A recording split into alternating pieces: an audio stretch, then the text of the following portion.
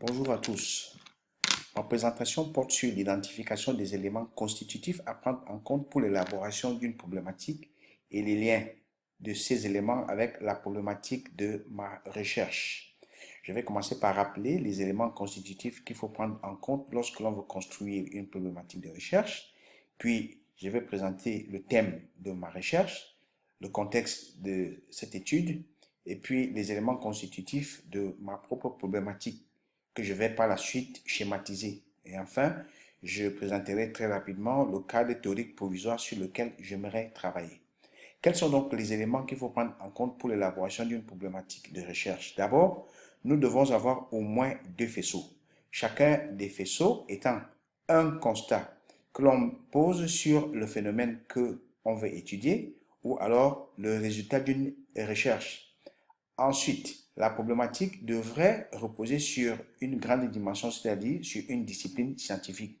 Cette discipline, elle-même constituée en plusieurs domaines, et chacun de ces domaines a des théories qui lui sont relatives, des notions et des concepts qui lui sont propres. Voici comment nous schématisons la compréhension de la mise en œuvre de ces éléments-là. Nous avons les deux faisceaux, et le croisement de ces deux faisceaux fait jaillir une problématique qui elle-même repose sur une grande dimension composée des domaines qui, à leur tour, ont des concepts, des notions et des théories propres. Pour ce qui est du thème de ma propre recherche, je voulais travailler sur les effets de l'interdépendance dans une communauté de pratiques d'enseignants expérimentant l'utilisation de l'ordinateur XO sur l'élaboration des ressources didactiques numériques.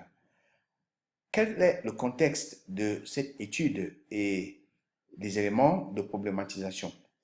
Alors, nous avons le cadre institutionnel avec au Cameroun l'Agence nationale des TIC qui est la porte d'entrée qui met en œuvre tout ce qui concerne les technologies dans la vie publique, les ministères, les établissements, ainsi de suite.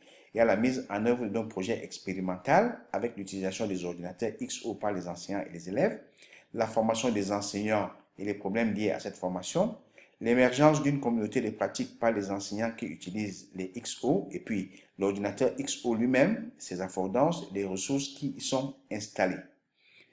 Alors, maintenant, les éléments constitutifs de notre problématique en lien avec ce que nous avons vu lundi dernier ensemble. D'abord, les dimensions.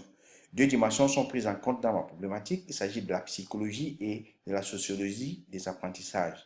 Pour ce qui est des domaines, j'ai observé deux domaines. Il y a l'ergonomie et la communauté de pratique. Maintenant, pour les théories, deux théories seront prises en compte dans ma problématique. Il s'agit de la théorie de l'activité qui a été développée par les praticiens et psychologues soviétiques, Leontiev, Vygotsky et les autres.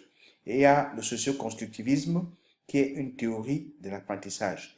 Et l'un des concepts clés sur lesquels cette problématique repose, c'est l'apprentissage coopératif, qui est une forme d'organisation du travail qui met en relief les interactions entre les pairs.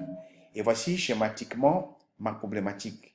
À gauche, j'ai le premier faisceau qui constate que les enseignants sont formés à l'élaboration des ressources didactiques numériques pour l'utilisation du XO. Donc là, nous avons le prescrit, les tâches prescrites, les tâches qui sont souhaitées. Et de l'autre côté, nous avons le deuxième faisceau qui stipule que les enseignants ayant été formés se constituent par la suite en communauté de pratique pour améliorer leur processus d'élaboration des ressources didactiques numériques. Ici, nous avons la tâche redéfinie qui plus tard aboutira à la tâche réellement appliquée dans les salles de classe. Ces deux faisceaux nous amènent à questionner les raisons des écarts entre le prescrit, le redéfini, le réel et l'émergence d'une communauté de pratique dans le groupe d'enseignants expérimentant l'utilisation de l'ordinateur XO.